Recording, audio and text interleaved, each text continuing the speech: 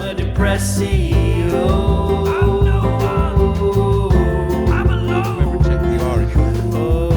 Just show that mic stand a picture of Lorraine Kelly quickly. Just stay up. Was Lorraine Kelly, is she actually good looking? I'm going to Google. No, not really. I mean, yeah. So if I take this out, you promise you're not going to say anything untoward? I'm No. You can trust me. You're all good. I'm all good, yeah. We've got the final piece of the puzzle with us, ladies and gentlemen. From behind the depths of the production chair and from behind the scenes, we're joined today on the sofa by none other than Andy H, to give you your full title. Thank you. How you doing? You good? I'm good. How are you? Good, I'm all right, thank you. I'm I'm normally sat over there. I hate being in front of the camera. I hate being on the microphone, and I hate being on the camera. And Why? It's not me, is it? I can play a record in front of 10,000 people. Yeah. Or do some daft scratch in front of 10,000 people, but I'm not. Yeah. Stick with a microphone in front of 3 people, that's not my thing. Yeah. I normally sit over there, don't I? When you're recording, I'm normally over there. So. I'm quite at home over there. I'm all right with that. One thing that everyone that knows you though is will certainly have in common is, and I'm going to pay you some compliments during this. I just watch Andy's face. If you watch it, just watch his face as I pay him a compliment. So it's very uncomfortable. You're so quick-witted and devastating that when you sat over there, like even just a little look from you just cracks me up. So I'm really glad to have you this side of the camera. Thank you for. Nice to be here. Thanks for joining us. On the buttons today, David Vaughan. Yeah, I am here, mate. Yeah. Yeah, thank God for that. He's turned his mic on. It'll be the 3rd day in a row I've been producing. All good. Yeah. How's your brain? Oh, terrible. Yeah. All good though. I'm actually thank you, Andy, for the rest because I would have been a mess presenting today. Ain't got much to talk about. By the way, no, young Lorraine Kelly. Fucking hell. Yeah. Anyway, carry on. So to start off today's episode, Andy, to welcome you as a member of the team, I've got some fresh merch for you. So you've got your own pot noodle Bombay amazing. Bad Boy. Lovely. Oh, very nice. Which I know it's your favourite, of course. And then I've got you this wonderful yellow Depressed CEOs t-shirt for you. It's my colour as well. So welcome to the team. Thank you very much. Nice for everyone to see you. And then thanks for all the hard work you've been doing behind the scenes. No problem. This episode is to talk about you a little bit. Okay. As well. So many people will know already, and I will just put it on record, you're the reason that I started DJing in the first place, because watching you, and I'm sure that a lot of people will resonate with this, watching you DJ when I was a student and stuff, and Mikey and Alistair as well, obviously, as Tuesday Club residents, was like one of the, I guess for me, kind of like one of my first passages into seeing like proper DJing. Right. Okay. You know what I mean? Rather than like DJ Kev. Yeah. DJ Kev was the first DJ I ever saw. Okay. But he was just like smoking ciggies in the DJ booth and playing like pressing play on like Vengabus. Whereas you guys were kind of scratching and like chopping and like actually mixing. Yeah. Okay. Yeah. Well, Thank you for saying that. That's very nice. No. So you were my kind of gateway. Okay. Who was yours? Oh man, that's. So I came through when I was super young. I'd listen to. You couldn't. This shows how old I am, but like the internet wasn't a thing. So like, there was all this pirate radio going on in Sheffield, and you'd hear off like a mate. Oh, you want to listen to this, and he'd call you up and say, hit this frequency, 95.6, whatever. And I sit there, whack a tape in. So it's all like the local Sheffield DJs, all these DJs who, now I know half of them now. I've met them through the years, but and they're great. But I used to listen to all those DJs. I know from like Fantasy FM or Pitch FM and people. And that's what I wanted to be. I wasn't bothered about being like a big DJ. I've never really gone on that big DJ thing, and I'm not about that. I wanted to be a local Sheffield DJ. That was my that's what I wanted to do, and I kind of done that. So. Going right the way back then. Okay. So like, what was your first what was the first thing that you saw about DJ culture? What was the first moment? Can you remember early moments? A mate of mine. I remember him coming home from school and saying, "Oh, I've listened to this," and he just bought the Public Enemy. A Nation of Millions album, and there was like Terminator X, the DJ on there, and I was like, wow, listen, that sounds amazing. I had no idea what he was doing. Like, what is that sound kind of thing? Yeah, he's just scratching away, but I didn't know what he was doing, but it just sounded energy on it. It's just fun. It's like fun energy, and just like there's something going on here. It's like DJing, but not just pressing play. And then I'd listen to the radio, and you didn't even see these people or really hear them. They speak now and again, but it was just amazing music. And you couldn't get that music on Hallam FM or Radio 1 at the time. That didn't exist. So like, I loved all that. I was dead excited. And then I think I went to a mate's. I'm sure I've covered this on other stuff, but I went to a mate, someone from school. He's like, "Oh, you're into DJing, aren't you?" And I'd just got these like terrible decks and just started spending all my pocket money on it and whatever. And I was working on that, and he showed me like the DMC, which is I didn't know what the DMC was, but he showed me this video. Yeah, it was people's like spinning on the decks and doing these mad scratches, and I was like, "That's it." For people that don't know, what is the DMC? So it's like the World DJ Championships, right? Yeah, yeah. And he just showed me this video, and it was just amazing DJs, all these like incredible DJs showing this incredible scratching and like making sets up with just records, little tiny bits. I was like, that's the best thing I've ever seen. So I went home, turned my decks into like battle style, which is like where the arms are at the top. Yeah, for those that don't know, battle style is where you sometimes have them like rectangles. Yeah, but sorry, I can't describe it. Like like wider than they are like a long. normal record player. You put the arm at the top, so you can't knock it when. So you can't knock it when you're scratching. So I did all that, set everything up, and just started being a battle DJ. But I wasn't into battling. I didn't want to compete with people. I just wanted to get that energy and that fun. Into a DJ set for a club. So I'm not a turntablist. I'm a club DJ. Yes. I just happen to be able to scratch and do all these silly things. Can I ask you something? Go for it. Yeah. The only scratching thing I saw. Go on. And the only thing, because I was never really into scratching and stuff like that, but there was this one geezer that I saw on YouTube, and the video is so old, and I bet you know it. Go on.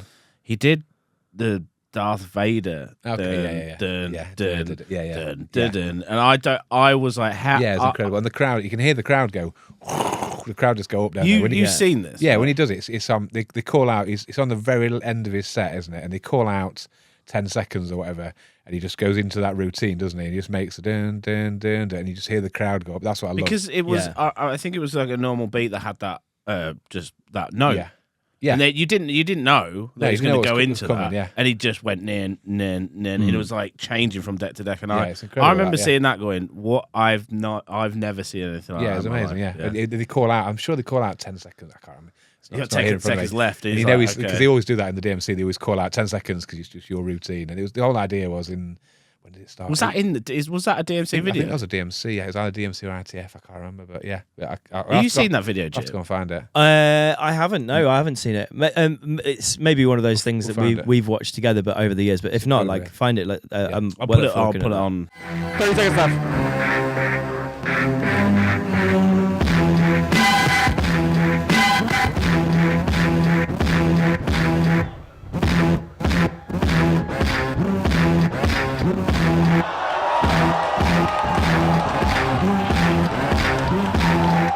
DMC all started back in the day, and like if you listen to really early sets, people who were just mixing house music together, but doing it really creatively, and it's great. Yeah. And then someone came along, I think it was DJ Cheese, was it, who won it with scratching? Right. And everyone was like, "Wow, that's that changed the game." And this is like mid to late 80s. Yeah. People are suddenly, I was 5, 6 at the time, whatever. So so that's already happened pre you getting into it. So what sort of age are you when you're getting into DJing? Late 90s? Are we talking?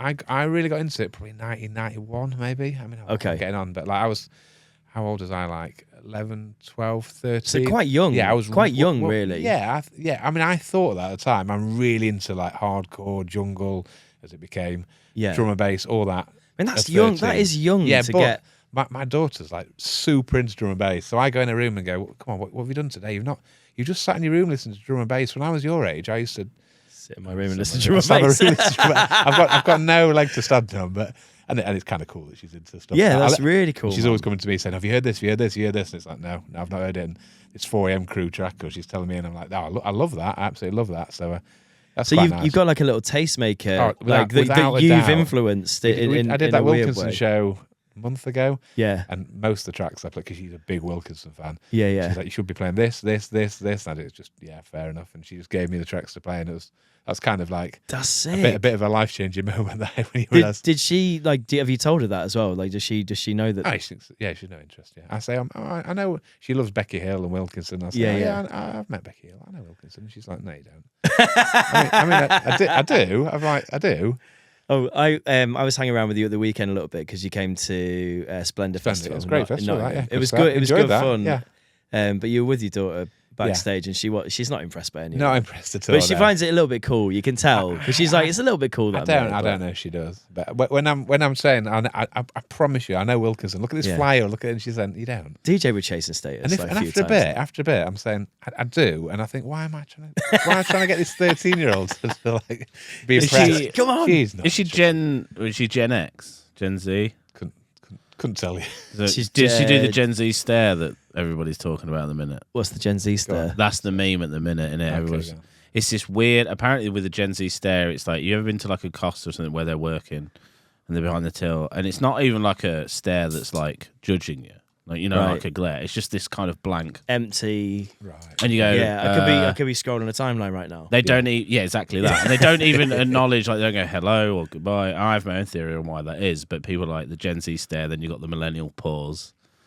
The millennial pause. The millennial pause is a thing. Yeah, right. Like cats. No, so whenever you make a video, we've all got that. We have to wait to make sure the video's rolling. Yeah. Because the millennial pause, the Gen Z stare. You got to wait for the tape to keep rolling, right? Yeah. So but my action.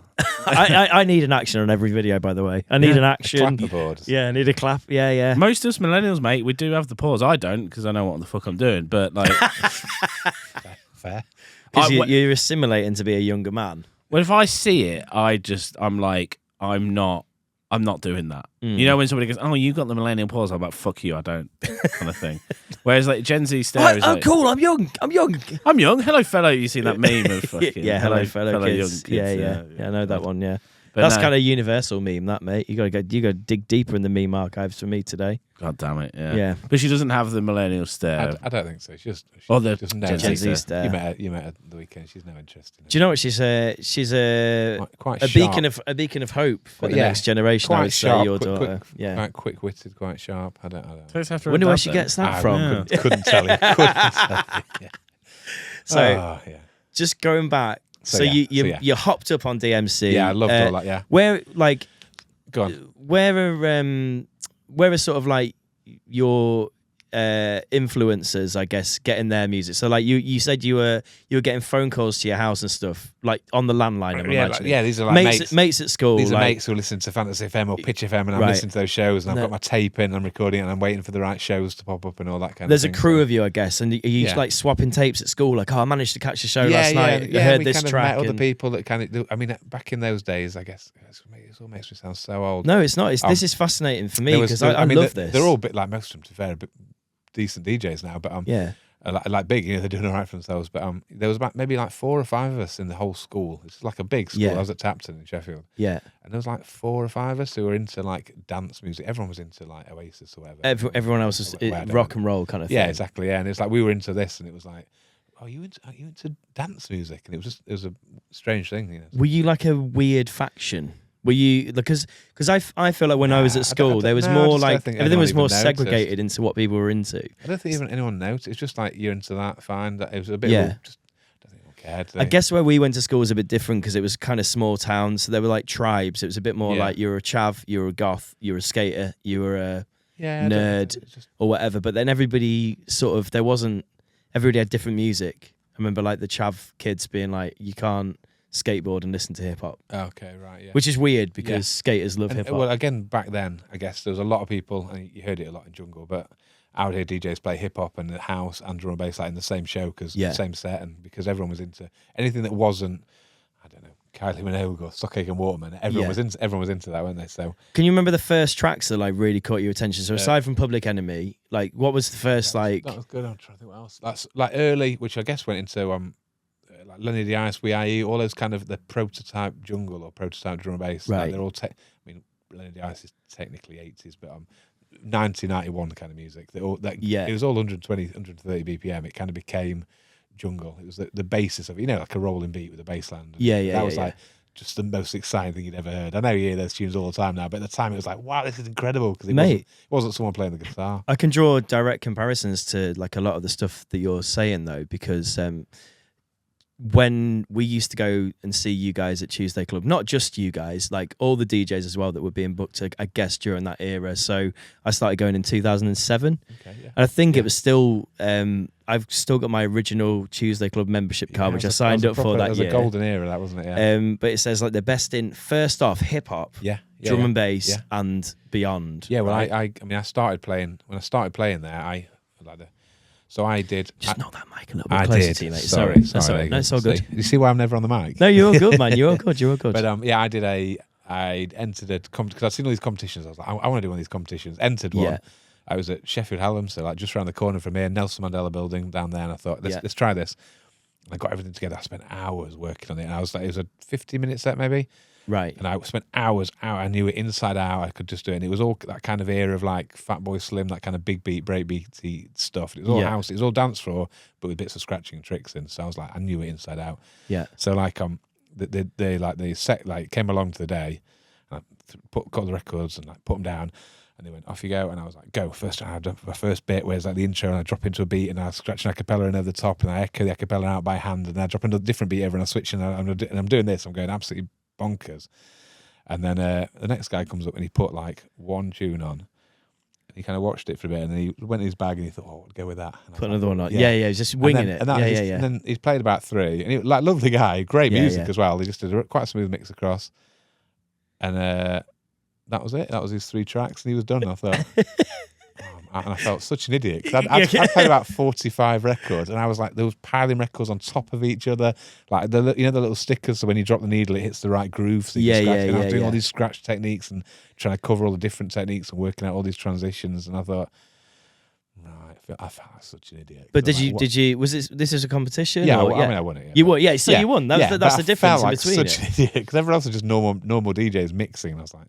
Oh, what have I done here? But I mean, I won it. But that's such a crazy backwards, not backwards but in a nice way of thinking. You're like, oh, I'm an idiot. Oh, I won. Yeah, but I'm an idiot for winning. Wait, I can't believe it. Yeah, to be fair, yeah. What? I really overthought it, didn't I? So, no, but because you overthought it, that's why you won. That's why you won. You had the passion and maybe. Well, anyway, winning that, I went and played on Devonshire Green. There was a festival on Devonshire Green. Went and played that. A guy came along and said, "Oh, we're doing this like DJ crew and we're doing some stuff." And I was like, "Yeah, I'll get involved." Yeah, great. Anything was exciting.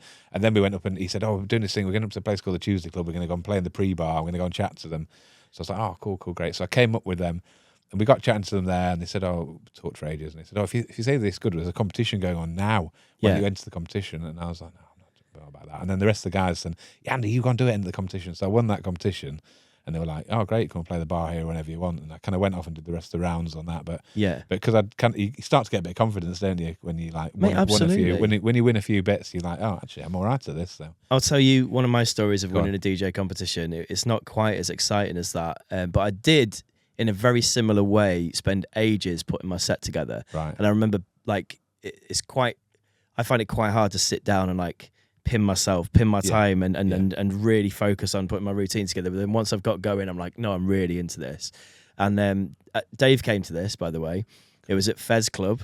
It was an Ox Jam competition. It was almost like a pay to play. Yeah. Because it was like £4 on the door, and then like the person that gets the most votes wins, basically. Right, okay. So I'd cajoled like everybody that was a bar staff member or whatever that wasn't working, because I think my set was at something like 10 o'clock. Yeah. And some of the bar staff I knew started work at like 11 at clubs or whatever. So I got all these people to come down early. Dave and another friend drove up from Boston, and then a few other people came along. So I think I had like 6 people there, and everyone else that was DJing had like no one or like one person with them. So I was like the one that brought the only people. Right. So that's why I won this competition. But I genuinely had spent ages putting my set together, and like I was like really fast mixes, chopping and changing in between like different styles of music, mixing in like indie and reggae and all that sort of stuff. But like, and then at the end of it, like it was similar because I'd gone in, there was some guy that turned up with like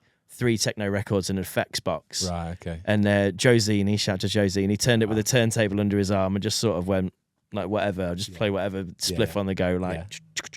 Good DJ, isn't he? Great DJ, fantastic. Yeah, I'm surprised he didn't win, but he didn't bring any mates. Yeah. So fair, I think he got second place, you know?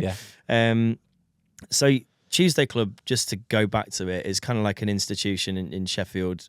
It's, I guess, one of the, like, is it one of the earliest underground dance? Yeah. 98? No, there was stuff before that. There was like quite a bit of stuff before that, but it's long running because it was every week until the pandemic. It was like, it's a big thing. I remember Noisier saying that I was taking him back to the airport, and he said he reckons it was the biggest midweek bass music event in the world. In the world. So he was going to play in all these places. Like, there's a place in America, they do it, that's a midweek as well, but it's not quite as big as you guys. That's Noisier, by the way. Yeah, so, yeah. Okay. He's responsible for probably one of my favourite remixes, which is his Prodigy remix. The Voodoo People one. I'm playing it in my head. No, 5-star. Okay, right, yeah. I believe it is. And their room is, you wait. So you've been in a car with them? Yeah, well, yeah, it was only one of them, but yeah. Oh, yeah, because there is 2 of them, isn't there? Well, it's 3, isn't there? Is there 3? Well, again, I should know this, but yeah. Anyway. See, Noiser are fantastic as exactly. well. Like up there with, I don't know how they make some of the sounds they make. Yeah, well, he was playing me stuff on the way back in the car, and he was like going through what VSTs he'd used. What VSTs did you use? Well, Massive? I can't remember. No, it's before Massive. God, way before Massive. So what sort of time was this? This was probably around the time you're talking about. This kind of 2006, 2007. We're jumping all over in the timeline. Yeah, it's exactly. kind of my fault Yeah, because no, that's cool. I'm getting excited and drawing Yeah, comparisons to the more good. modern times. So, you won the competition. You started playing the Tuesday Club back in the early 2000s. I started doing the bar, and that was no. Before that, no. This was like late. No. So we started in '98. I reckon this was '99. Okay, cool. So I was doing the bar, and it was just good fun. And a few of us played the bar, and a few of the DJs played the bar, and it was all good fun. What's the rest of Sheffield looking like at this point, like music-wise? Like, what's the soundscape like of the city? An event called NY Sushi, which was massive. Like really good night. Know it very well. I know of it very well. Great night. There was some other good stuff around. There was actually quite a bit around, but Gatecrasher and it became. I don't know how. Yeah, Gatecrasher by then. So kind of like housey, trancey. Yeah, but Sheffield was massive. I mean, I was never mad into that kind of Gatecrasher trancey sound. I know, like some people absolutely love it, but the thing with that was in Sheffield, people were flying to Sheffield to come and see artists play. I mean, obviously artists were flying to Sheffield to play. Yeah. But like you would hear people like would say, "Oh yeah, I've come to Sheffield." People flying to Sheffield in the UK for a night out. That's that's kind of wild these days, isn't it? You know, like when Sheffield's had quite a tough time the last 2 or 3 years. It's been quite tough. Yeah. But there were people flying here to go on a night out. It was such an amazing place. Everyone had heard of Gatecrasher. Everyone had heard of it. It was incredible. There was some great nights going on as well. I mean, where were you? Involved. Where else were you going out at this time? So you were DJing Tuesday Club. Did you play NY Sushi as well? Yeah, I don't know if I actually played that. I played at the venue. It was down at what's now Corporation. It was down there. It's called the Unit at the time. And, right. And it was around the corner at what was it called, the Music Factory, which is like now a Sainsbury's or a Wilko's. Or something I remember on London Road, right? Yeah. So there was going on those little hip hop nights going. I was playing a lot of hip hop at that point because I was into jungle and hardcore drum and bass, whatever. But I was also into hip hop. But hip hop really like lent itself to all the scratching and all the kind of messing around that I was into. So I was kind of playing it or any party. Basically, I just do anything. Like, I was so excited by it all. So jump on anything and go and play anywhere and do anything I could. And like tech wise at this time as well. Like I'm just like for people that are listening that are interested in DJing, and we do have a lot of people that listen because we talk about it quite a lot. You're carrying records around at this time. Needles. What was cool about that time was like the DMC and all these competitions were all about one turntable, a mixer, and another turntable. Yeah, and that's all it was about. So every club you turned up would have that same setup. So you knew what was there. A bit like these days, you know, you're going to have 2 CDJ. USB 3000 or 2000, whatever. You know roughly what was going to be there. It was the same then. You knew roughly what was going to be there. Everyone had the same setup. Yeah. You just carried your box of records, really heavy box of records or bag of records around, just turned up. And where else was I playing? Oh, I used to do Bed. I was resident at Bed, which was like the venue we were just talking about that became a Wilko's or Sainsbury's or whatever. Amazing.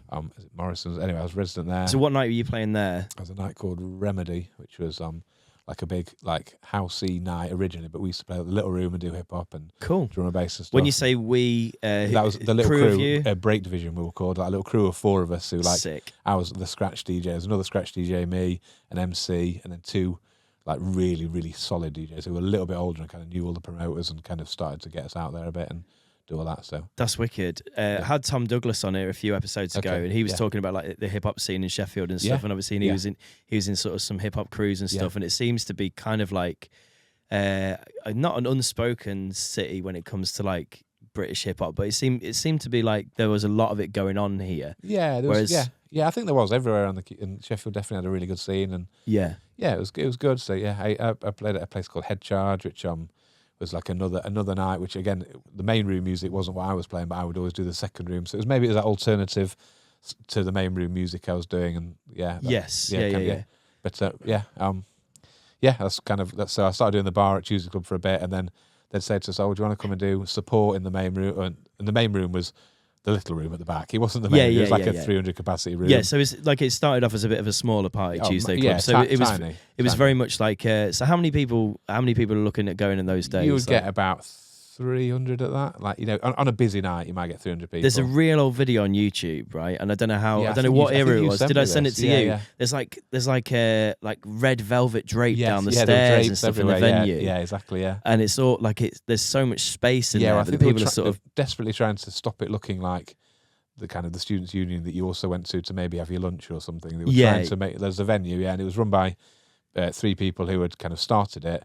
But they were students there, but they were starting to try to make a bit of a business out of it and make it work. And they were desperate to make it like make the space look different, which was obviously really important and worked really well. So, yeah. So around this time, this is like, we're looking like late 90s, early 2000s. Yeah. You're getting like paid for some of your gigs? Yeah, I mean. A little bit? Yeah, 50 quid here and there, yeah. I was still doing a little bit of work on the side. And I was trying to I think I was working for a CAD. I was working for a CAD company. I'd done a degree in engineering and I was like doing a CAD, sat in an AutoCAD drawing pictures all day and all that world as well, and then going out at night and doing a DJ set. And what sort of time are you transitioning into? Because one thing I'd say about you as well is like when, like even like sort of in more recent times, maybe even like 10 years ago, I was like, you can DJ as a job and then also be like a family man. Like there's been a few sort of decent role models that I've looked up to have been like, you do it properly. Do you know what I mean? Like I remember having a conversation with you where you said one of the reasons that you do well with DJing to an extent is because you treat it like an actual job. Yeah, like you put the hours in, you do the prep. Yeah, my wife, obviously works really hard. My wife's a teacher, and she gets up and goes to work, and she works, does a full day, and does a proper day, and contributes to society. Yeah. And it's like, I don't want her to come in after work and what have you done? I don't know, just sat about. I want to like do a proper 8 hours. I know maybe some of those hours are 9 hours, 10 hours, whatever she ends up doing, but I want to do a similar kind of time. But 4 of those hours might be that evening, but I want to make sure that day I'm hammering away and getting that set ready. I don't want to turn up and go, oh, I haven't bothered preparing this. I wish I don't want to wing it. I want to nail it. I know. Every time I turn up to support an artist, I want to make sure that I'm bang on where I should be. So. Yeah. And what point in your career, like, is there like a real kind of like standout moment where you went from being like Andy H, the bar DJ, or like the odd support DJ, to being like, that's Andy H? Yeah, maybe. Yeah. So I did. So I started doing more and more in the Tuesday Club, and I started supporting. I was kind of the hip hop resident there. Yeah. And then I reckon about 2005, maybe. So I'd been working there, like doing loads of stuff there for 5 years. Yeah. A guy there, Dave, said it'd be great if you could start coming to the meetings and get involved in the kind of the people who plan it, if you see what I mean. Like there's like a planning team. Yeah. And I was like, yeah, cool, I'll be up for that. And his idea was you come into meetings as a bit of you give it as a perspective of a DJ as well, and kind of in the scene and all this kind of thing. Yeah. But he was also on about the brand. So Tuesday Club is a big, essentially it's the Foundry, and it's a big artist playing in this room. Yeah. In this room playing that music. That's basically what it is. But he's like, no, I want it to be I want you to do more on the brand and taking the brand out there, so that we're kind of pushing it as a brand. As a brand, times, yeah. No. So I got you. He was like, yeah, if you could do that, and I was starting to like enter competitions and doing quite well. So I entered the DMC that I talked about earlier, and I thought, amazing. So one day I want to do this. So I entered, and I did like the Liverpool round, and like I got through there and stuff, and I got through to the UK final. What year was this, Andy? Sorry. That was 2007. So it was about 07. 2006. I started going to the meetings. And I'd kind of joined the planning team. So if you look at Tuesday, you think, oh, it's just you just book an artist, stick it on sale, get some flyers out or whatever. Yeah. And that's what it looks like. It's not. There's loads of work going on. There was like 4 or 5 people continually on that team working solidly. Yeah. Trying to develop the brand, develop everything about it. So it wasn't just about one night. It was about the whole thing. Yeah. So I kind of that's when I kind of started to take it up a level, if you see what I mean. Yeah. Mate, absolutely. Make a living from it and all that. Yeah. And like the branding and stuff. Was it Dave? You said. Yeah. That's good, so is that when the barcode comes in? I think the barcode was already in by then. That was like probably before I even started. I'd been there for like. I kind of love that because it's still the barcode brand. Yeah. Like even now. So there's that's lasted so many years. I've never tried this, but there's a rumor that barcode was made by someone trying to pass a message on to someone else, and it's all. Maybe I'll tell you off camera exactly what it is, but all right. There's a rumor about what the barcode actually says, and I guess it's changed, and there's been so many iterations through the years. Whoa, okay. But there's a whole story behind that. It's quite a big story behind that. So, and I think that's probably been changed and brought into different packages gone into Adobe Photoshop or whatever through the years. It probably doesn't say that anymore. It probably says something. It's probably just like 60p beans and chips or something. But the original, the original barcode was designed by someone who hid a message in it, and that's been hidden in there for the entire quarter of a century it's been going. So, wow. There you go. Wow, mate, that's sick. I love that. Yeah. No, I love that. Yeah, exactly. Yeah. But do you know what the beautiful thing about these club nights that started such a long time ago is? It's all these little idiosyncrasies. Is that the right word for it? Yeah, the little tiny Easter eggs that are hidden within. Yeah, and even the design. I think it's because everyone worked so hard. I mean, there was always 4 or 5 of us working for. Well, just working solid. It wasn't just you turned up 10 minutes before on Tuesday and turned it on. We had a meeting every Monday. Would be a meeting to sit down and go, what was last week like? And we'd look at last week, and then we'd go from a DJ's point of view, or from someone who was up at box office seeing people come in. You've got to look at it from all those point of views. What's next week going to be like? And we were working. Who have we got booked coming up? What are the set times going to be for a month? Yeah, because I'm thinking, I'm on after him. He plays garage, but he's drum and bass later. So I'm already in my head thinking, how am I going to do that changeover? So I'm meticulously working everything out, and that was a huge part of it. Just all that work that went in. The actual 3-4 hours on the night almost just goes nothing, doesn't it? It just flies by. It feels like no time at all. And it's not nothing. It feels like no time at all. No. But it's all the work that's put in by everyone else, and everyone else was focused and so on it. And that's kind of why it's gone how it has. No, absolutely. Yeah. Because it was such a tight knit group of you all working together. Yeah.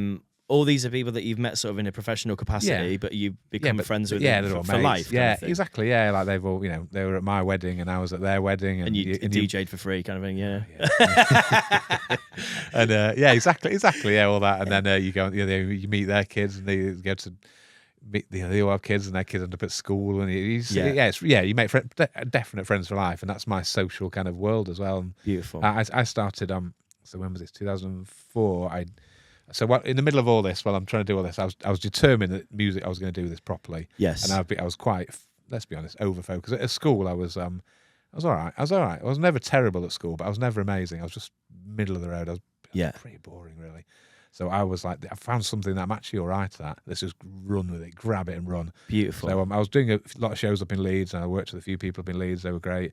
And one, Ali, a guy that I'd worked on loads of gigs with, he said, I'm thinking about doing this record label, you up for getting involved? So me and him started this record label 2004 called First Word, and it was really to release, the whole idea was to release a mate of ours tracks. That was the kind of what set us off on that path, and it went really well, and that was great, and that all fit in with Tuesday Club as well, because it was a similar kind of style of music and hip hop and all that. And I was going to ask you about First Word, because some of the releases and signings that you had to that are crazy. It was at the time, I mean, even now, if you look back, it's impressive. I mean, so we that had on there. That first single, we had Corinne Bailey Ray singing on it, and I think that was technically the B side.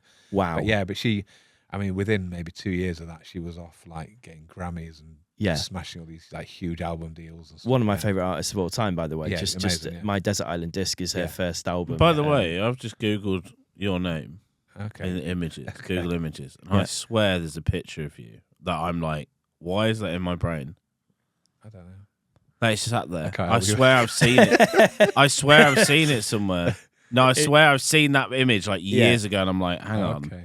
And it's you. Right, okay. And it's bugging me out. I'm sat there looking at it going, I've seen that on something. Okay. We collectively, me and you, Dave, have watched Andy DJ quite a few times. Yeah, probably. Yeah, we definitely have. I can tell you that you were there. You know when you won't remember being there, but when you said your competition, I was like, can't remember. I did see that in your face. Yeah, I was watching you on this side telling the story, and I was watching you thinking, I wasn't fucking there. Are you definitely there? I've got a photograph of you in a hotel room with a bottle of Jägermeister that proves that you were definitely there. Yeah, well, there you go. You were there in body, but not in mind. But yeah, no, mate, absolutely. So back to First Word. Yeah. So you're running a record label. So we set up a little record label. I was kind of more on the technical side. So I was like, I did the web shop, and I was figuring out how to get. Yeah. How do you actually get an actual song? Well, one, how'd you get it mastered? Because that was like a dark art of getting it mastered. And figuring that out. And how'd you get it put on a bit of plastic? How'd you get it? I just had to figure all that out. This stuff in 2025 as well seems a little bit more achievable maybe than what it did in 2004. 2005? 2004. We 2004. Yeah, around that same era that we're so talking like about. I remember like recording my band Yeah. In my mate's garage around that time, and his dad had spent like a shitload of money basically that we had to the guy who drummed in our band had to like pay his dad back like weekly for 3 years. Yeah, it was because he bought like a 4-track recorder, which was like 1,500 quid or something like that. It was insane. Yeah. And we were like, cool. What do we do with it once we've recorded it? And the answer is like record it to a tape and send it out to somebody maybe that will never listen to it ever again. Yeah. So how are you getting an official release sorted at that time?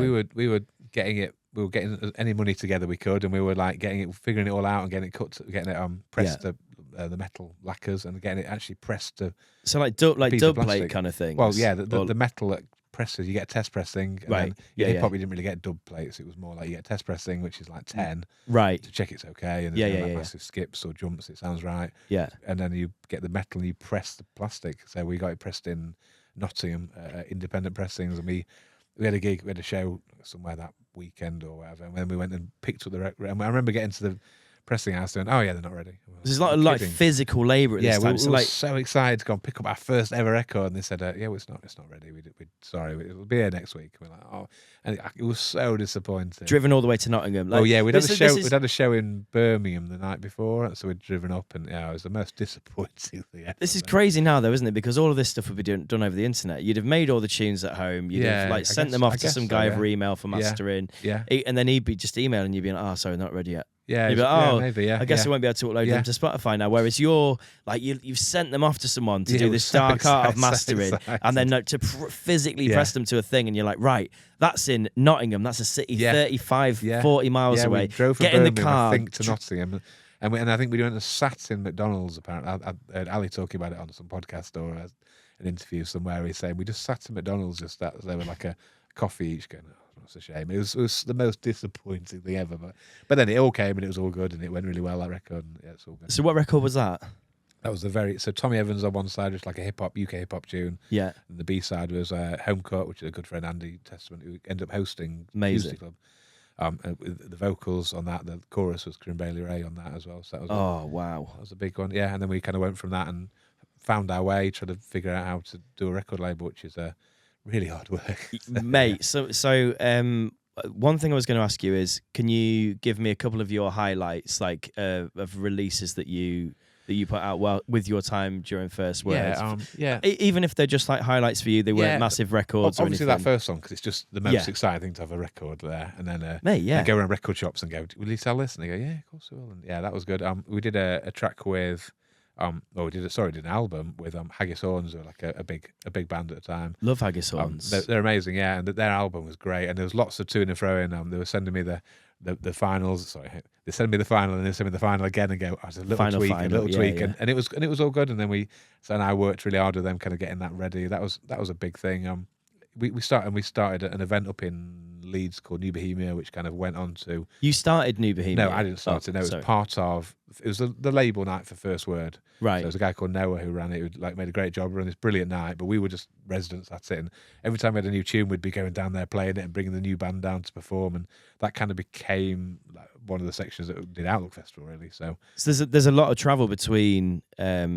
Sheffield, Leeds. There's a lot of like to and fro. Yeah, exactly. Yeah, and it was great, and it was just that was a really good time. That was an exciting time. So the Haggis Horns one. I'm trying to think what else was exciting. Was Kid Knievel. We did a lot with him. He's like a really good producer. There's a track called Cranium Rock that he produced, which had Testament, who I was just talking about. He vocaled that, and I was just listening to it last night actually again. It was a brilliant track. Does it still stand up now? Like, I mean, obviously, it will sit in some sort of level of very time. off that time, but it still sounds great. That track. Some of those tunes. There's No Freedom Without Sacrifice was his album, and it still sounds brilliant. So I meet people mainly like other dads at school, and they go, "Oh, I like hip hop. Do you remember this album?" And I go, "Yeah." And I don't tell them it's my label. I just go, "Oh yeah, I know that." And very humble, Andy. Yeah, well, to be fair. But no one wants to hear. So. No, but we do want to hear. Okay. Definitely on this podcast, we want to hear about your stuff. So that was great. Work with Testament. He became the host at Tuesday Club as well. I brought him in. He was an amazing beatboxer. He still is an amazing beatboxer. A great lyricist, lovely guy. I'm just a good friend and a really good musician, and working with him for years, just turning up and doing gigs, and he was great on the mat. He's just got this incredible. He's writing a lot of kind of theatre stuff now, and he's just got this incredible presence that people like really warm to, and he's just a great communicator, quite humble as well, and it's great working with people like that. And I got really good at turntablism, working with an MC as well. I loved all that because you could watch him, and you know if he's doing a freestyle, you're watching him.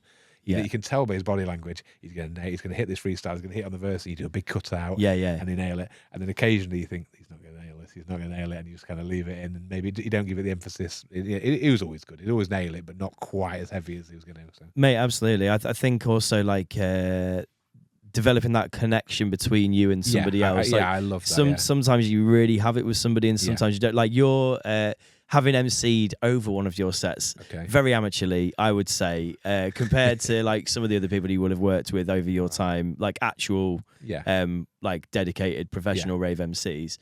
You just know when to. I mean, I guess I know when to stop as an MC, but also like you know when to get that as well. So I had that connection with you was quite easily, quite easy. Yeah. I probably right away. Learned to work with Testament. Yes, exactly. Yeah, so I was like, oh, this guy's done it before, like quite a lot, quite a lot actually. Surprisingly, that was good times. Yeah, shared a car with Noisy in that. I pictured in a van once with Ray Keith. That was good fun as well. At Boomtown. Boomtown, right? Yeah, I drove you around in a van at Boomtown. Yes, of course. I forgot. Yeah. I think I just turned up and it was something going off at Boomtown. Was it raining or something? Really heavy? It was raining, and I was like, I'll give you a lift, Andy. And then Ray Keith was like, can I get a lift as well, mate? I'll just jump in the vaguely. Yeah, I remember that. Yeah. But the thing that blows my mind, or it doesn't really blow my mind, like it's quite obvious that you know like lots of people in the music industry from what you've done, and like you've had like many. This is probably going to make you feel awkward. I don't mean to, but like you've had many compliments from like. For example, tastemakers that I would still say are a big business in the global industry. Zane Lowe, for example. There's like there's a famous video of Andy scratching, and Zane Lowe comes on stage and makes you stop the music and calls you a ridiculous man. Yeah, I remember that. Yeah, you know what about that? I don't think I've ever said this, but I remember watching a show, and I remember sitting at the side, getting my Serato ready to go on, and thinking, I think I might be done with this. I think I might be done with DJing. I'm just at that point where I was just like, I enjoyed it still, but I was like, what am I going to play after this? What am I going to do? Yeah. Like maybe should I just, I don't know. Should I just, I think I told you this the other day. I was like, shall I just, I'm not going to quit, but do I just, like take your foot off the gas is probably the phrase. Like, because I was so intense and just pressing, doing everything. Yeah. And I was like, shall I just do something else?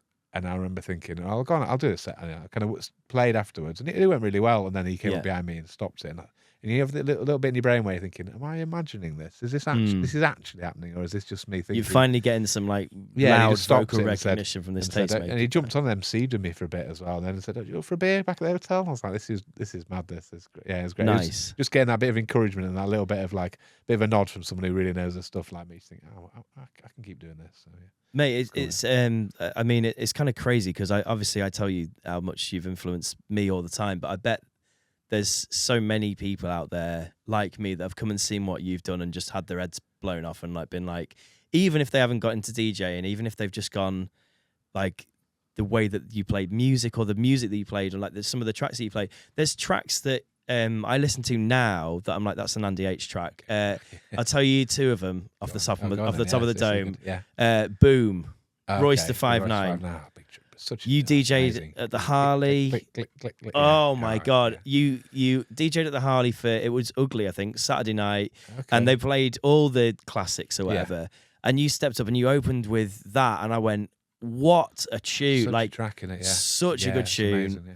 There's been so many of those through the years. There's another one that's a bit of a curveball, but I feel like you played Heard It All Before, Sunshine Anderson. In a back room set once at Tuesday Club. Yeah. It was a bit more of like that could have been Ali. It may have been me. It been Ali, because me and Ali used to DJ again a lot with each other. You knew the tunes. He was really good at like bringing that other track out, and I get ready for him. So it'd be one of us who plays it. Yeah. Well, it's one of those ones. It could have been me. I mean, it's a great track. That it was one of those ones that is like it's a little bit of a curveball. You just didn't expect it at the time, but like these tracks and moments sort of stick with you forever, and like. Do you ever think about how many people you've sort of you never affected all I'm thinking with about what you've done? What am I going to do next? Or what am I going to do next? Or have I done this too much? Or I love this tune. If I play it too much, I'm just too busy. You're in your own head. I'm panicking about this is all going wrong. Occasionally, there's a lot of people there. Those kind of things. Like if you look down for a second and look up and go, oh no, there's loads of people there. Don't think about it. I'm not worrying about whether someone's thinking, have they influenced? I'm not what a profound moment this is. Like, yeah, I'm not thinking about that. I'm thinking about, I hope it's going to write. I've only got 10 minutes to not mess it up and just carry on doing it. And that's what I'm really thinking. So, what's the craziest place that DJing's taken you?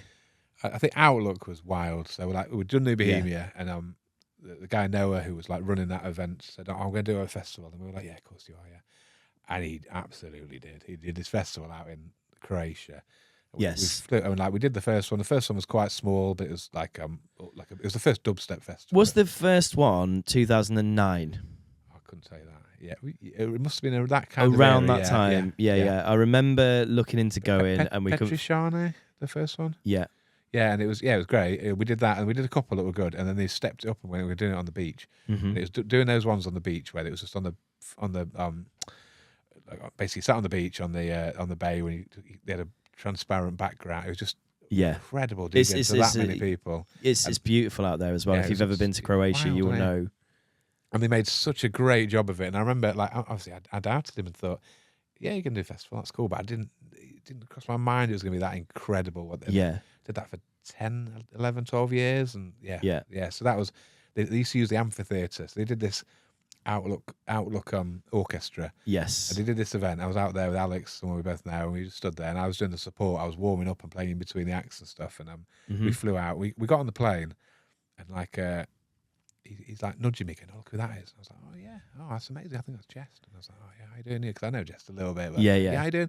And he's like, "I think that's Dawn Penn." And suddenly we realised that everyone who was going to be playing at this orchestra, they were all on this plane. So it was like absolute like. Are we talking like a Ryanair flight? Yeah, something like that. Yeah, we're talking like bass, exactly. Yeah. Bass music, like or urban music, whatever you want to call it, royalty on this plane. It's like incredible. It's like. Loyal Carner's like sat behind me. This kind of we didn't know what to do. It's amazing. Yeah. So. Oh, this whole plane's been booked out. So this is an Outlook flight. And they did the Outlook Orchestra came on, and they were all playing live, doing this show where I know, like I can't remember. Farrah Monch, I think, did the first track. He came on, did a Simon Says, and he just went absolutely bonkers. And then and then behind him was like Jest backing him up, doing his backing vocals, and Jest comes as a verse, then Royal Karma comes, then Roots Maneuver comes on. Yeah, it was just it was like as a fan of all that music, to see the actual people doing it. And I said, the guy who put it all together, and I said to him, this is the best show I've ever seen. And he was like, "Oh, thanks." And I was like, "No, I mean no." And I said, "No, I mean it. I've seen like everything two humble ever. men. It was just unreal." Yeah, that was that. So that's probably in a music in an amphitheatre. It was the best thing. Yeah, then Jenna G comes on and sings all the Chaser Status tracks. It was just like, my goodness. Then Foreign Beggars come on and they're doing the dubstep tracks. It was just after next track. It was incredible. Yeah, so it seemed like that scene like burned hot and bright and then just fell off. I remember Outlook Festival and looking at that, going, "Fuck, that looks sick." It was, and I could never. It was incredible. Yeah, and it was all music lovers who did it. And so like DJ Premier, so the boom track that you were talking about, he played one year, and I did the support for that. My job was just doing supports on the main stage between all these different people. So you'd get like, "Who am I with tonight?" And they'd say, "DJ Premier's on now," and then it's LTJ Bookham, and you're like, "Okay, I'm going to fit these two together." And I was into all that music, so it's kind of my world, if you know what I mean. I'd like to sit there and you're stitching them together. Yeah, and I love, but also showcasing what you're doing with your talent. Now just playing some, but just getting my head just around playing all a little bit of music styles. in between these two Goliaths. But there's like 10,000 people. I was on that stage with Adapt, who's like Wilkinson's MC now. Yeah, and I know Adam really well. Like lovely guy. We'd just been out there together. We'd had like basically a bit of a holiday as well because we were just being out there. And I said, look at that crowd. There's 10,000 people. And I said, we've got to annoy at least 4,000 people before we notice. Like, as in, you're just paranoid that you got a 4,000 person buffer. 4,000 people are going to go, nah, it's a wander off. And that's that's what not in that amphitheatre. Like. This was actually on the sea, where you look out on the sea. Is that where? So sorry. So anybody, this is a bit of Outlook chat, but if is that where the boats ended up going from for the boat parties? Yes, down there. The fort. Yeah, of course. Yeah. Beautiful. I know you came out there. I can't remember what year. So I came out for two. I've came out for 2 years. I think we did 2016 and 2017. I did out there. Yeah. But like it was an amazing, special beautiful, place, wasn't it? Yeah. Special place. I mean, is it still? they've moved now? I think they do smaller ones and they do UK ones as well. I think as Brexit with, and the pandemic came at a tough time, and I think I think and times change, don't they? With stuff, mate, absolutely. Yeah, I mean, it was really quite something. But so one of the things I wanted to touch on is your shows in the amphitheatre. By the way, this isn't just like a kind of casual little show. This is like a Roman amphitheatre. I spent about 2 weeks rehearsing every single beat and stuff. Yeah, like every single little thing I was going to do. So you don't wing stuff like that, do you? You don't wing stuff like that, but you Andy H it, like you absolutely prepped it within an inch of its life, and it showed because. Sorry, when I saw you, I'm pretty sure you supported. Was it Damian Marley? Did you do that show? I can't remember. Was that the year after, possibly? Yes, I think that might have been the year after. Yeah, was that the one, the Rodigan? Were you not on that bill? Did you not play? Well, yeah. So, but it was the year before this one that was. Yeah, sorry. Okay. There's a lot of shows. The Outlook Orchestra was another year, but you supported Damian Marley in this Roman amphitheatre. And I remember standing with. So I was working one of these years, right? And we were just buzzing because you were on, and we were like ready for a dance, cool. Like as usual, Andy H steps up and you have a dance. Yeah, that's one thing I love about your set. I know you think I'm dead confident stepping up. I'm petrified inside, thinking, "What am I doing here? What am I doing?" I'm that kid who's like sat at home listening to his pirate radio, thinking. In your head, exactly. I'm back there and I'm looking at the records, thinking, I remember buying this. I'm not thinking I'm not the guy who can step up in front of 10,000 people and smash that out. I don't feel like that person. So what clicks in when you press when you press play on the first record? Just do it. Don't think about it and just try and just do it. I think that's. And once you're in the no, it is. So once you're in the process, you just got to go. Yeah, just go for it. Yeah, just kind of because you practice it so many times, you just kind of almost sit back into it and off you pop and you're doing it. When does it feel good at that point? When you come off stage and you haven't made a massive mistake, you go, oh, that's all right, yeah. And the adrenaline kind of kicks in, and it's not just What about crowd reactions? The crowd reaction is amazing, but when you're trying to, I don't have time to think about that. I'm trying to put the record needle on, and I'm shaking away, and I'm like, when you come off and you haven't made a terrible mistake, and you haven't ruined it and ruined it as a festival, you think that was quite good. That wasn't it? So I did. See, I was always nervous before, and I'm always nervous when it was time. I was like, I'm locked in. Okay, right, yeah. I mean, I enjoy it. And then afterwards, you're like, what just happened? Yeah, you're probably one of the most unique men I've ever met. I don't think I'm there because I don't want to overthink it because it's so easy to, isn't it? So. It's so interesting to me that just the people's different processes with it all, because I guess like whenever I've watched you play, I'm always just I'm like. Following you makes me nervous, but like it used to. But then also you've been over the years. You've been so kind to me and lots of other DJs. I've spoken about this to lots of other people, and you're always like, yeah, you'll be fine. Yeah, because you'll go up and you'll play your set and you'll get everyone sort of going and stuff, and you're like, you'll be fine. Like even if you do something completely different, it doesn't matter because people will still like it and still sort of stick around or whatever. I've never quite managed to get them going quite the same way as you, and I've done bar sets with you before where you've come along and like we've sort of split the night or whatever, and I'm playing all right. I'm playing like tunes, people are having a good time. There's a little atmosphere, but the experience that you got, there's just a little like there was some time you came along and you put on like a tune. I think it was like a Crazy P tune or something. We were playing sort of a disco-y kind of funky bar set. I think I know the tune you mean. There's one tune I love that. Yeah. You play this great Crazy P tune, and the tune I was playing before was great, but the one you put on just had this like nice little bit of percussion in, and I just watched this one woman just start moving just a little bit more in her chair, like because everyone was sort of sat down at the start of the night, and I was like, that's the difference. Like that's the level of experience I watched you on Saturday. Was it? I watched you. Yeah, that was great. I really enjoyed that. It was different things as well. It was different things. Yeah, but it was great. That everyone's just got their different strengths. Are there any sets like you've recorded on YouTube that I can watch or anything like that? There's a Serato one I did before. I've seen the screenshot. Have a look at that. Yeah, have a look at the Serato one's quite nice. That needs clipping up, Andy. Yeah, and like, can I do that for you? I'm going to me and Dave do that for you. I'm going to listen to it on the way home. You just mentioned all these names, and I'm like, hang on, what? Yeah, because Serato said, "Oh, we've got this new what they call the 12 Serato 12s," and I went down and did this routine. But you got to remember that again, you look at it and go, "Oh, that's amazing," but everyone else there. they were all like world title holders. Just jumping in very, very quickly for those that don't know. Sorry, I'm skipping about it. Not at all. No. I just want to let everyone know what Serato is. So Serato, for those that don't know, is like a DJ platform. Tool, it's probably an industry leading like DJ platform that you use on your laptop. It's like I think it's now owned by Pioneer or Alpha Theta or whatever they're called. I don't know who actually owns it at the minute. Essentially, like if you're a professional DJ, Serato for a very especially it's probably up there with the top 3. Especially turntablism, because of the time it came along, it became. Sort of sounds like an advert. No, not at all. The time it came along, all the turntablists jumped on it. So Rekordbox is great for having a USB and playing on CDJs. Yes, but Serato came when turntable DJs were taking it on. And Serato was the first thing that allowed turntable DJs to incorporate a laptop into their set, because it has these time code vinyls which send like a signal to a box. The box sends a signal to the laptop and like reads it basically, and allows you to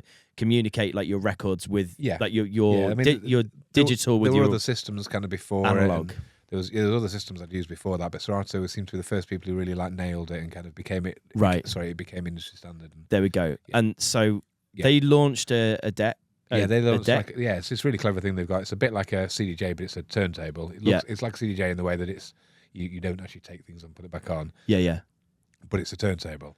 And they said, come down and do this. So I did like a 50-minute set or something, which I tried to switch to every style and do a bit of a club set and stuff. It's unbelievable, by the way, that set. It's stunning. Yeah. Like, is it available to watch still? I think it got taken down off Facebook because I used loads of tracks in it. Serato put it up there, and I think gradually, it was over lockdown, gradually, like loads of things. Copyright strikes. Yeah, exactly. All that. But I think I may have put it back up on YouTube, but it's around. But great. Maybe it does need clipping up. But we'll get on that. So you go down, you're playing this set. Yeah, I can't remember what the story was going to be then, but sorry, I didn't mean to interrupt you for that long.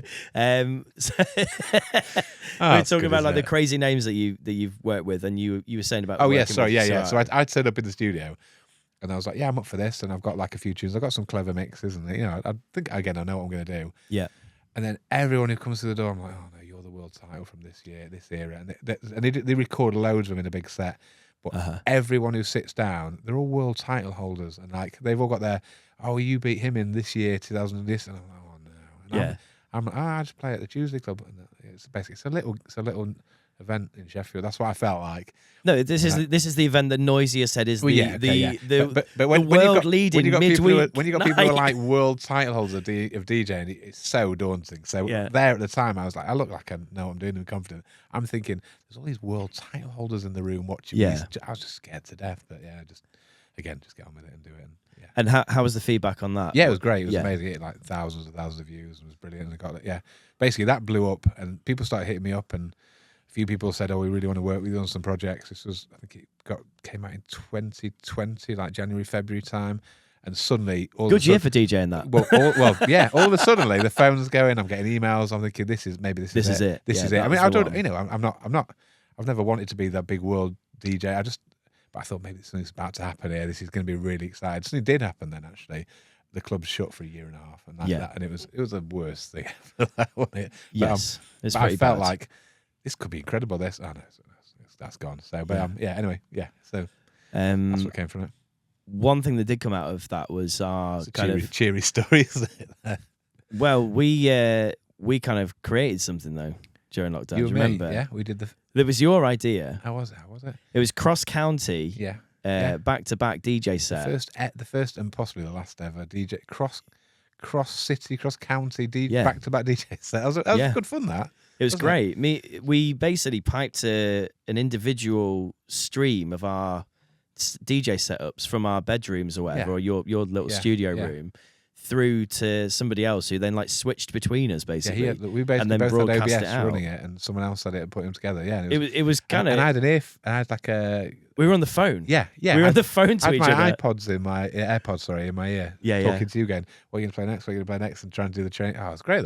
It was good fun. Yeah. It was kind of like, so of all the terrible shit, we also did something kind of fun. It was great. Me and you also worked together on some kind of production stuff for years. We did actually. Yeah. I mean, you've always been tinkering with production and still to this day. Yeah, a little bit. Yeah, I've just been doing stuff with Chris Welch, which is like going. Shout out to Chris, wonderful man. Yeah, Chris turns up. like people have a go at him saying that I do all the work. That's not true at all. He comes with these amazing samples and these amazing ideas. Yeah. And I'm more of like a studio engineer and stuff. I just sit there and he kind of says, right, what I'd like to do is bring this in here, and I kind of make it happen. And between us, we get a track out, and we've done okay on that. Like, that's some nice airplay, and it's good. I mean, also very, very humble here, Andy. But you've done major production stuff with Future Wild Style over the years. You and Austin, great. Radio 1 play out of those, and I mean, worldwide features and all sorts of stuff. What other production stuff have you done over the years? Next episode as well. That's you. Oh yeah, it's me. As well, right? Yeah, I'm trying to many pseudonyms as you can possibly have. Yeah. I'm trying to remember them all so I can put them all out there. But basically, when I'm playing out in a club, I always stand there, obviously thinking, I'd love to do this. I'd love to try this. I'm not an amazing producer. I'm a good DJ, but I'm not an amazing producer. Yeah. But I love working with other people and stuff and getting ideas and working with them. And so I work with Tom Euphonics. He's like a great master and mixer and like a great musician. Yeah. And we work on stuff. And I come to him with this like daft idea or some silly bass line or some sample. And then we work on it together, and then he does the final bit and mixes. His mixes are incredible. It's a very different way. Whereas when I work with Chris, maybe he comes to me with ideas, and I kind of like being at different steps of the chain, in the processes in the chain, or whatever you want to call it, at different steps of the way. So yeah, and I worked with Austin for it was great. Though, I forget about all these. Andy's basically done like so much great stuff. It's really hard to kind of pin it all down and like. But I think if anybody from an outside or even like an inside perspective looks at it all, they'd all go, "This is all just stunning kind of music." If you had confidence, you'd be lethal. Oh, I'd be wild. You'd be lethal. I'm always thinking, this isn't enough. That's kind of why I like working with the people, because I don't trust my own judgment on stuff often. So like, when you work with someone else, it's nice to be bouncing stuff off them. You should trust your own judgment. But it's hard. You've got this natural ability. But then, even then, I can see you now just going, "Oh God, thanks." It's difficult. It's difficult to hear. It pains you, doesn't it? To hear it, Andy. It's just not me, is it? So. You've changed so you. I mean, you've done so much for like Sheffield music over the years. Like you elevate DJs within the city. You have created DJs within the city. I wouldn't have a career if it wasn't for you. You not only like showed me this thing that I was like, wow, that is incredible. I need to learn how to like. It wasn't even the scratching side of thing that I was interested in. It was like the way that you were playing tracks. And I still mixed to this kind of of brief. Like even when you were watching me on Saturday, I'm mixing almost to an Andy H brief. It's like big drop, and it's quick, and then it's like the next track, and it's like get it in at the right point. And like it's all about getting that time. Like almost production in the way it's And it is. I know some. It's totally cool if people do this, but some people they play a record and then they get another one and go, I'll play that, and then they get another one and play it. And I don't like that. I like to kind of have one going and I'm bringing one in and out and in and out and in and out. I like to do that. Feeding energy to the dance floor. It's kind of cool. It's kind of cool. You know, if people just want to play one track and another track and play 3 or 4 in a row, that's absolutely cool. I'm all right with that. And I do that sometimes, but I quite like the just throwing stuff and see what happens, and maybe leave this one on for ages and I'm just mixing in and out of it and kind of sewing double dropping it. And the thing, and also for people that don't know very much about DJing, also a lot of the time over the top of this, you're doing some wild scratching, and then like some sort of you also have. I've seen you do a lot of like effect, like a lot of technical DJing stuff, even with like different technology outside of turntables. You've done like pitching up and down using like CDJs and stuff. I kind of like I like all that and that kind of messing. I enjoy it. I don't get bored. And I also absolutely. Everyone can get access within reason to the same tracks, can't they? Yeah. I know people get dubs and stuff, whatever. But a lot of people can buy the same music. Yes. So I think, how am I going to do that but make it better or different, or put my style? When I grew up, I listened to, I don't know, DJ Hype or someone, and it's easily Hype. If I listen to Randall, I go, that's a Randall set, because the way he mixes is so like bang on. Or Marky, like he does those little scratches and he does those little up and down. The way he kind of controls it and pulls it. There's signatures in it. Yeah, and I go, I can tell that's a Marky set. I can tell back in the day that was a Hype set. I can tell all this, and I go, I want to be like that. I want to have my little. So hopefully those little daft scratches. I know a lot of that is because I'm thinking, am I going to get out of this? And it's a scratch out. I mean, it is. But I can tell you, if I listen to one of your sets, I would recommend. I'd be like, that's an Andy H set. Like, probably. And I've listened to a lot of your sets over the years, but a lot of that is me thinking, how am I going to get out of this, or how am I going to make this better, or how am I going to add energy to this, or sometimes it's because I made a mistake, but it's not. Sometimes I'm trying to add energies and it's just.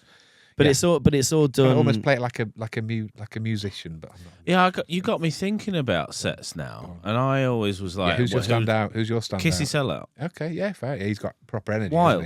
Yeah, I remember looking up to him and being like, oh, that's a different style of DJing that I did, like chopping in tracks, coming back out, going back in. He's got a lot of energy, hasn't he? Yeah. I remember looking at him. Where is he now? So I did. Last time I saw him I did the Red Bull freestyle. Wait, you saw him?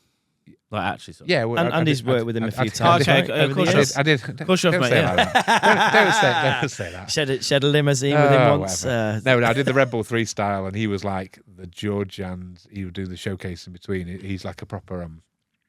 He was doing the same thing. He was taking the dance floor and making it, adding energy to it. Like I say, you can just get a track and get another track and just mix them. That's cool, and people enjoy that. And 90% of the people out there, but you can just add that extra 10% and kisses on that. That's where because I'm more house, but I'd love to chop. But he did it with house and maybe a bit more energy than house. But he was great, wasn't he? I love animated DJs like Front Case as well. If you remember Front Case, I do remember. Yeah, very animated. Well, I don't feel like I'm in any way animated in any way. I know I've got energy when I DJ. It doesn't. But, you know, we get all these DJs who stand there and they're waving their hands around and they're loving it and they're pointing at the ceiling and stuff. Yeah, I can't do that. That's not me.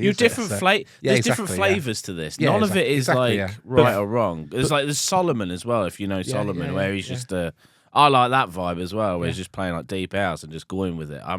I think it's great to have like these different flavors as DJs. I don't think any of them are like wrong. It's just what you prefer and what you like. When I watch you, I'm always watching like what your hands are doing and stuff, and I think it's hard. Like obviously, sometimes you're up on a stage, so you can't really see, but like because you're always busy. For me, that is energy. It's like that guy's busy. Like he's locked in. True. So like it's when you see DJs sort of stood there on the phone scrolling like me.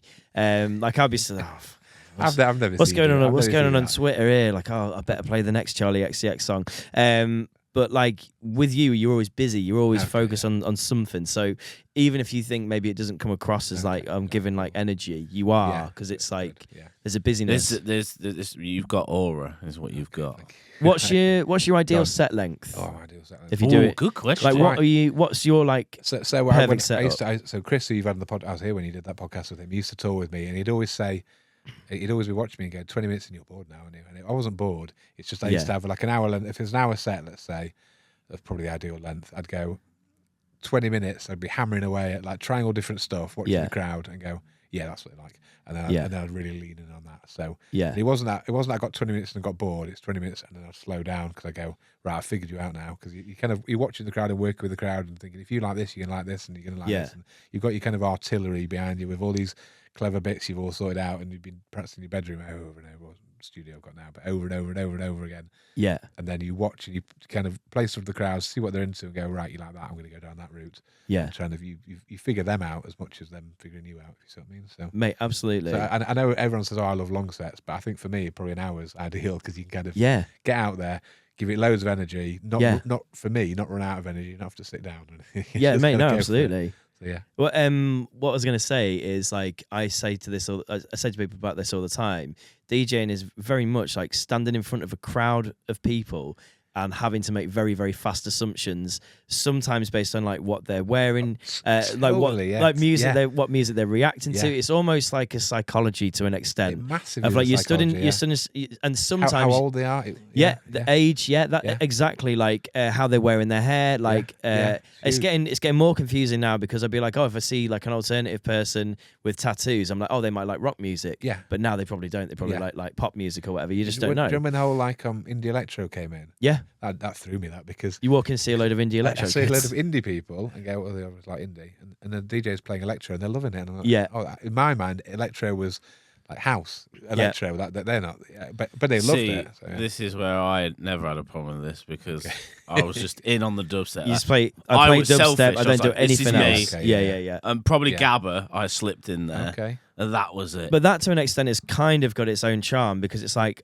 I'm gonna come in and do whatever the fuck I want, and you can either enjoy it or go away. I was selfish, man. I was like, I'm going to play what I think's good. Another way of looking at it is you've been booked to do your style, which is that's also true. If you book, I don't know, someone who's got their own set style, like I was talking Randall or Marky. Yeah, I mean Marky can play all sorts anyway. Yeah, to be fair, Randall could as well, but they people know what they're booking for, and they really, really want to do that.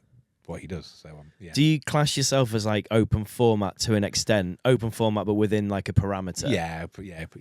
I'd go with that. Yeah, I wouldn't. Like I watched you on Saturday, and you I was watching this. Yeah, I'd like to do this kind of set. This would be cool. Let's do something back to back. And then suddenly you switched into Oasis. And I thought, that's way out of my comfort zone. But the thing is, if we did that back to back, then I'd be like, I got this bit, Andy. I'll do the Oasis bit, and you do the hip hop bit. Or the hip hop, or exactly. And then I come in. Yeah. And then Dave comes in, right? It's just going to be dubstep. Play some gabba. Like 10 minutes to just put your raw hard, donk gabba. Yeah, smash it out. Yeah. And they'd be like, you would have to then bring it back in. Well, or unless they love it, depends whether. I don't know, man. They might absolutely love it, and we just stood there going, "Oh, come on, I've got the fucking hard house."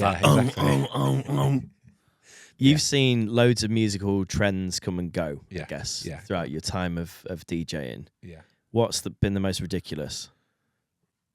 Ridiculous. What do you mean by ridiculous? Like something that burned so bright and so fast, and then just was like we were talking earlier about the whole dubstep thing, and it was so strange how dubstep just dropped off a cliff. It felt like 2012. Yeah. So all these genres come along. Obviously, I love that era of like 91, 92, 93, and you can listen to a 92 track. Yeah. And it sounds so different to a 93 track. Such an amazing amount of music happened in those 3 years. Is that because of the way that it's produced, or like just the limitations? The technology maybe came in and things just switched up. But if you listen to like a 1990 early jungle track compared to a 1993 when maybe jungle was actually kind of going, or 94 even, in that 3-4 years it just happened so quickly. Suddenly everything just switched, and maybe it was the people making it got old, and they weren't like, now there's about 400 tracks come out every day. Yeah, it was like there was nowhere near that coming out because they're all coming out on vinyl, and there was a limited amount of people doing it. I don't know what the reason is, but we were talking about it the other day. It's just saturated. It's exhausting. It's exhausting. Just the scene changed so quickly in those 3 years. Yeah. And then dubstep came along. It became massive. Obviously, Tuesday Club, there was a bit of a transition from maybe hip hop in the main room, drum bass in the little room, and alternate maybe. Yeah. And then dubstep came in, and suddenly it's like that was main room. Hip hop, it went main room quite quickly, and then it kind of fell off a cliff, didn't it? It just kind of.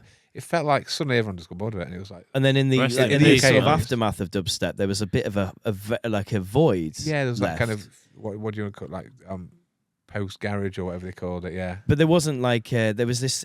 Suddenly, it sort of unified everyone, and everyone was dubstep. And then after, like I think when things became sort of nuclear and like Skrillex's and the sort of when it went to America, the artists that Dave's that Dave likes basically got big, and it's sort of. The UK underground thing sort of, I guess, became a bit more mainstream.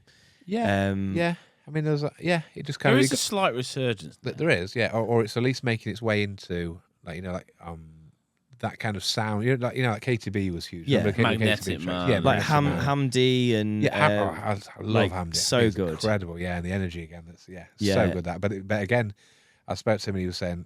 Like I was showing the picture of like Scream playing like on the main stage as you were saying, this is what dubstep was like in the UK, and he's saying it's just not a thing in the UK as to the level that it was 10, 12 years ago. Yeah. Well, do you remember dubstep coming on the scene, and what was your first initial like? Was you like, what the hell is this? Ali played more of it. Stotey, he was playing more of it. He was always into like finding new music and stuff, and he was like, listen to this. It was so minimal and sparse. Yeah, and it sounded great and dark as well. Yeah, dark, really dark. Yeah. And he was moody. He was playing stuff, and people were not quite sure. And when we first started, when drum and bass was kind of really getting going, it kind of went hand in hand a little bit. Well, it was the same kind of sound, the same paint palette of sound. That sounds a bit much. But I used to see people come into Tuesday Club who had never been to a drum and bass show before. Like this is back in the day, and they'd stand there and they'd go, "This is great." Don't know what to dance, don't know what to do. And we kind of had that again with dubstep, where people were like, this is brilliant. The bass lines were incredible. Yeah. You didn't know. But people would stand and go, I don't know what to do. It's in those spaces that it was so special as well. Like it was the way that it was presented, and like that obviously is down to the team of you guys that's spending like a lot of time like going, we need to make this place look like somewhere that isn't the Students' Union. Yeah, it's a dark room. The lighting needs to look like this. Like the sound needs to sound like this. But one of the things we used to love was that and I talked to you about this before, and I probably say this to you all the time. It must be really boring to hear, but in those early days when I used to come watch you DJ, it was not just because you're a great DJ, it's because you had the tunes I couldn't hear anywhere else. So we'd come to Tuesday Club and we'd be like, oh, it's this tune. Right, What's this tune? What's this tune? Is this so good? This is so good. There's no Shazam then, was there? You couldn't Shazam it, or if you know, everyone had a brick phone, and you'd be like, you can't YouTube like Google, like it's got this sound in it, like whoop whoop whoop whoop or whatever. Like you can't do it. So we're like, oh, we've got to go next week then, I guess, because we've got to hear him play that record again. Yeah, and that's exciting, and you know that technology is obviously great, and I know people that can get upset about Spotify and all these kind of streaming stuff. Yeah, and obviously there's great sides to it, but there's bad sides to it as well. And absolutely. Maybe a good side of it is that you can find stuff better, or maybe it's not as good because it was so. The same way you were trying to get those tracks, you were excited about it. I was like that in the early pirate radio era. Yeah, it's similar. There's parallels. And I listen to I don't know, someone like Billy Bunty. He does a lot of stuff, and what's the other guy? Other shows that I listen to, where they play tracks and I go, oh, I'd never know what that tune was. And 30 years ago, I heard it, and Uncle Doug's is great for this. He's just playing all these tracks on Rinse FM. Yeah, I forgot about that track. That's in my brain from 30 odd years ago. That was incredible. That and it's more than 30 years. So but these tracks, they still resonate. They still sound good now. The emotion of that time. There's like there's acid house tracks that I'm like they give me that like tingly feeling like every time I hear them, even though I know them now. But like the first time I heard them, I was like, wow, this is why people like house music. Yeah. Like the first time I heard Voodoo Ray, the first time I heard that Expansions tune. Yeah, you played that on Saturday, didn't you? I did, but like the first time I heard that Move Your Body by Expansions, there's a feeling that comes over me. I'm like, I'm completely sober. It could be 11 o'clock in the morning. It just rises. It was on. I mean, that's a number 2 in the charts. Maybe it did really well. That was a real change the industry. I mean, I was so young when that came out, but the feeling those songs give you. It's like, what is this? What is this? And that's a lot of like what we had with dubstep. It just sounded so alien. It sounded so like new and unique. And I guess what you have with jungle and it is like so special. More modern times DJs or whatever. Oppadan, love her, brilliant, unbelievable DJ. Went to see her at Snowbox this year, and I was like. Shazamming because I'm like, I love this tune. This is great. Love this tune. It's probably something unshazammable. Okay. And I'm like, love that. I was going to say, but it was Sammy Verges and like that because but probably a few so many tracks where you go, oh, that's probably a few Verges in there. But then also at the same time, I think she's playing edits that she's not releasing. Okay, that she just plays in her DJ set. So I'm like, if this is going back to like what I had with Andy and the Tuesday Club residents, where we would come specifically for the first hour. And stay for the last hour when it was residents only, either side of the headliner, because we want to hear that Joker and Jin's tune or whatever that you know, Purple City or like whatever it was that you were playing that we never had or we you know, we were waiting to hear it every week. Like it's great. Like the way that music makes you feel is like a special thing, right? It's a good thing, I mean, and that's why we all get into it, don't we? Because it gives you that energy or whatever, or just makes you feel. Yeah, that's why you get into it. It's just. You just like it. So, Turn the clock back, Andy, to 1998. Go on. Yeah, go on. We've gone back in time. We're all back there again. Knowing what you know now. Yeah. Andy, you gonna do this DJ thing then, or what? Well, with that, I mean, I was just so like, I'm doing this as well. My mum spoke to me. I had a big birthday. Again, just similar time to when that Serato thing came out. Yeah. A big round number birthday, and my mum spoke to me. She said, you know, we're dead proud. We gave me a bit of a talk and said, you know, we weren't sure when you were then. I'm going to do this DJ thing. My mum and dad again. Yeah, of course you are. Brilliant.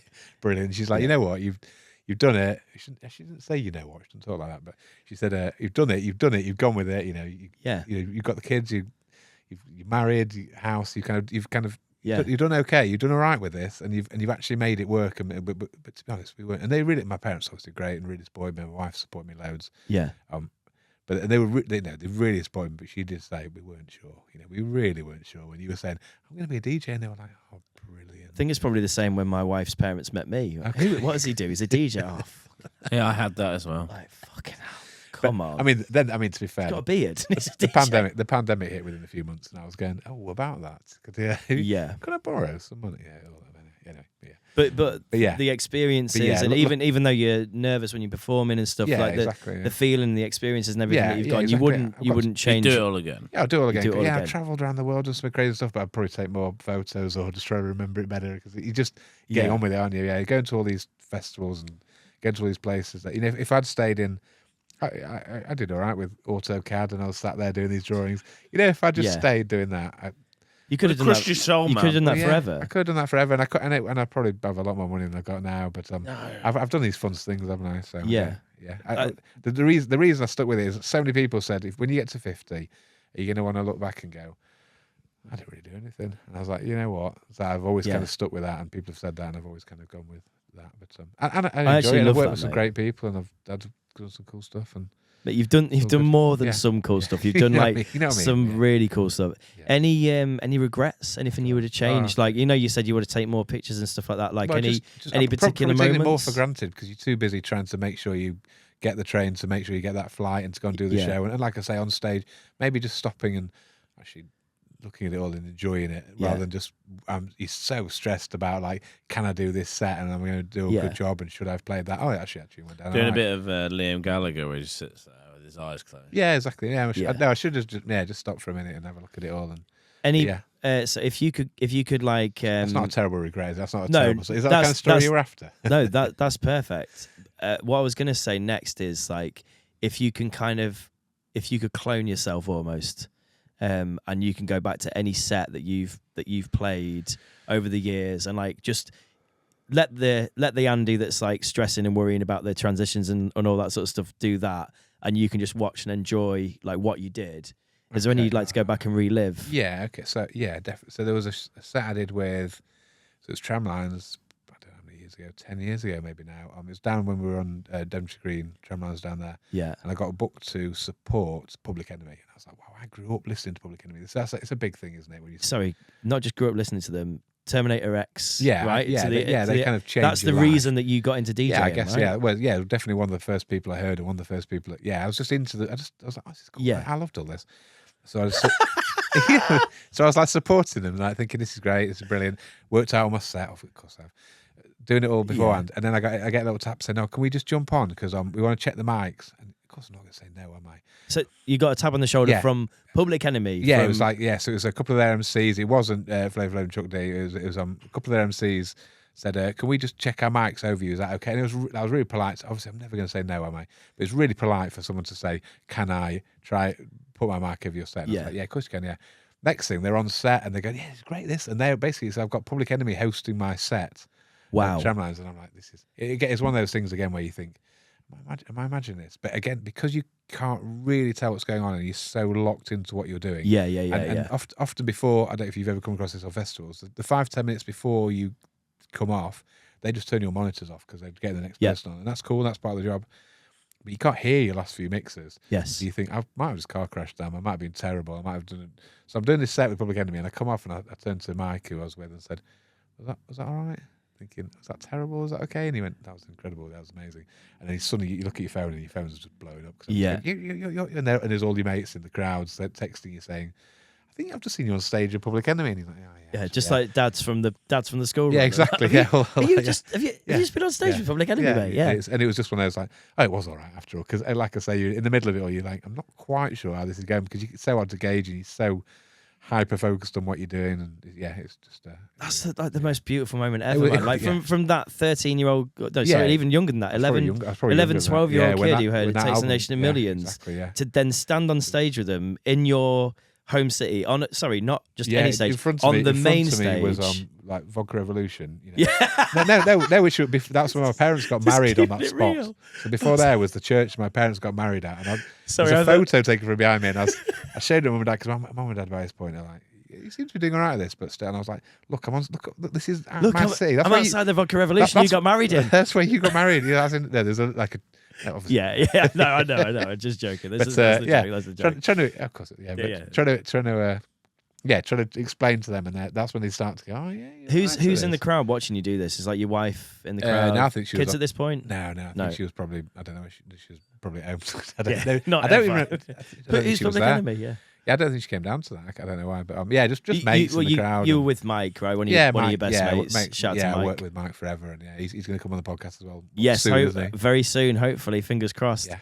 But mate, that's like so I'd special. love to go back and go, because obviously that wasn't recorded and it wasn't videoed or anything. And there's some amazing shots from me. I've got a couple of shots in. I've got this little studio room at home. Yeah, I've got a couple of shots in there. So it did happen. Can we put one of those photos in the episode? Is that all right? I'll send it to you. Put a little time marker and I'll send it over. Yeah, amazing. That was one of the jobs today that I thought, I need to send you loads of stuff. And then, of course, didn't do it. I was too busy taking the kids swimming and picking my daughter up from gymnastics. And that's the real life. That's what but then you happens. stood there at the school gate on like a Wednesday morning, like bleary eyed, and everyone's like, rough night last night. Were you up with the kids? And you were like, yeah, you could say that. That's DJing with Noisier for 3,000 people or whatever. And mate, honestly, like it's crazy. You need to.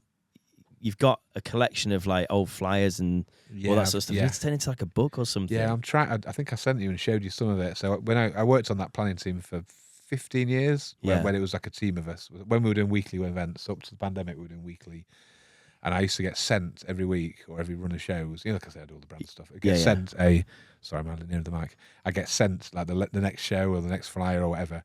And that, because I'm boring, I just put in I just kept in a little like directory. And I gradually kept these over the years. So I've started putting them together and just doing like a little run through of maybe like 15 years of just every single week flyers, and then just putting them all there and just slowly. And that needs to be put online, but I just mate, it's beautiful. I love archive stuff. Like I'm a real archiver. So I'd love to see that. I'll send that. I worked on. So when I first started that, I used to do the website. I was sent the flyer and you convert it into an image. Stick it like a rubbish little like single web page, and it gradually developed into like a whole web shop and WordPress site and all this and stuff. So I've still got like the web. I still do bits on the website now. I built that with various people who work there. So I keep saying to them, we need to put this into the back of that. But again, I've just got to put another days worth of work into sorting it all out. So. It's finding the time, mate, when you're doing always when you've got swimming lessons on. I've got to get the swimming lessons. They don't drive themselves, do they? Exactly. No. They need feeding 3 times a day as well. That takes up your time, doesn't it? As well. 3 different meals. 3 different meals, different names for the meals or everything.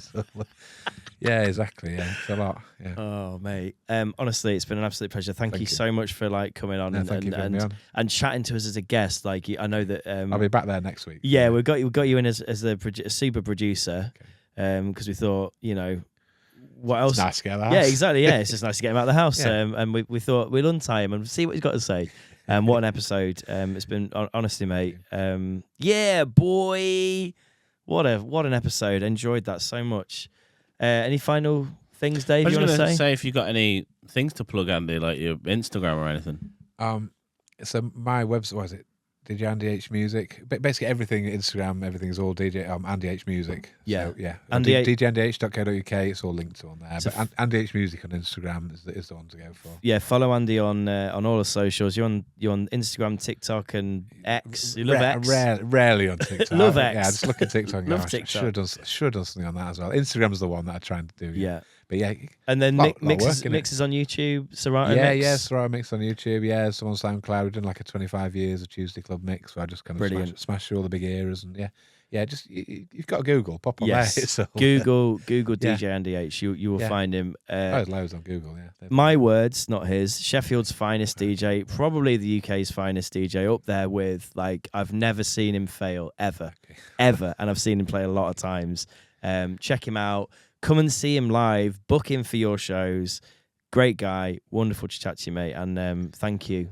Thank you very much. Catch you soon. Circle back next week, everyone. See you next week.